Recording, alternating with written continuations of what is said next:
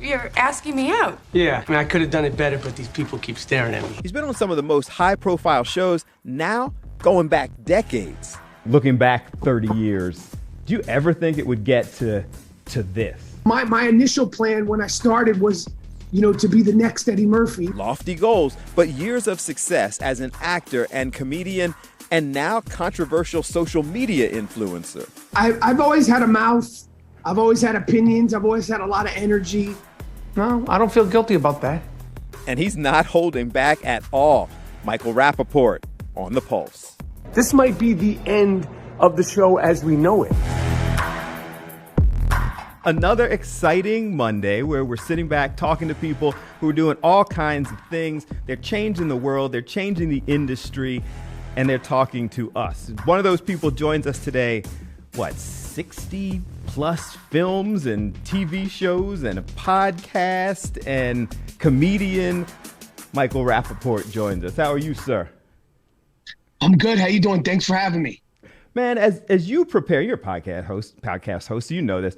As you prepare to talk to people, Googling them and looking at their background and everything else, man, you Google you, and it's everywhere.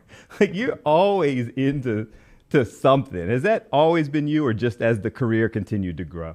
The combination of social media and my career and the things that I've done and things that I talk about have made me Googleable. Recently, it's not a plan. It's not anything that I contrive. I just try to be myself. I try to be honest. And, there's been so much going on in the world. And, I have a lot to say about a lot of different things. And I just try to be as genuine as I possibly can without taking myself too seriously. When you look at all of that, are you enjoying it? Is it a lot? Is it additional responsibility? Like, how do you take that whole social media podcast thing? I don't think it's any responsibility. I think it's just the most important thing is to just be, truthful to myself, to be honest, to try to be informed. And, as far as the podcast, like podcasts now are like buttholes. Everybody has one. Fortunately, I was able to get in on it right before the sort of big bang of podcasts and developed a good following and, have grown with the medium.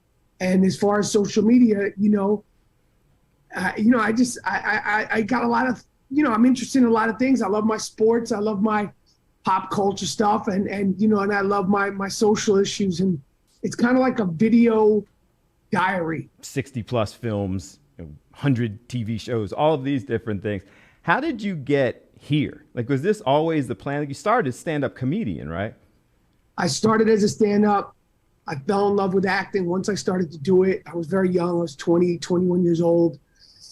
And then, was acting and continue to act. I'll always act. That'll always be my first love. I started doing stand-up again about 4 years ago. I love doing that too. I love the immediacy of it. I love the just the unpredictability of it. I love the fact that, it's very spontaneous, and as far as this, the sort of Michael Rapaport being myself and, the sort of persona, that's social media. I've always been this way. I've always had things to say. I just never really kind of said them publicly because there was really no reason for me to or no outlet to. I go back with you to like Higher Learning, and those types of movies. When did you realize you had it? Because then for people who are familiar with like the Higher Learning movie that I'm talking about, that's not a stand-up comedian role. Like, that was you showing you have the acting chops, and you were young. I've always felt confident in my ability as an actor to be very genuine. I don't think I'm the most technical actor, but I've always wanted to be able to articulate and express honesty and my feelings, whether the characters are likable or not likable. I always want them to be human, and I always want them to be tangible and to feel them. And I think I've done a good job of doing that. And, I've been fortunate to do all sorts of films in all sorts of genres. And it's been 30 years of doing that. And, I want to continue to push myself as an actor. What's the thing you most enjoy doing? Working in Higher Learning was great. The movie True Romance, Beautiful Girls, Copland, I did 4 episodes of the TV show Friends, which never seems to go away.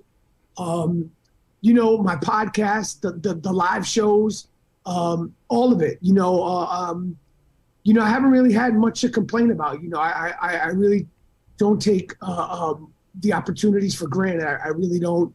And I feel very fortunate that I get to do what I do. But this couldn't have been the plan. Like when you decide to try, the stand up and get into it early, like looking back 30 years, do you ever think it would get to this?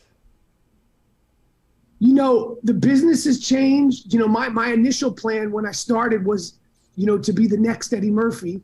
Like I loved Eddie Murphy and I wanted to sort of be a stand-up comedian that started acting based on his comedy, and that really wasn't my thing, and that's not the way things unfolded for me, and that's not, like how it worked out. When I first looked at scenes to just audition for, like it made sense to me, like the beats of it, the timing of it, the expression of it, the being able to express myself in an honest way, that made sense to me, and I just like gravitated towards it.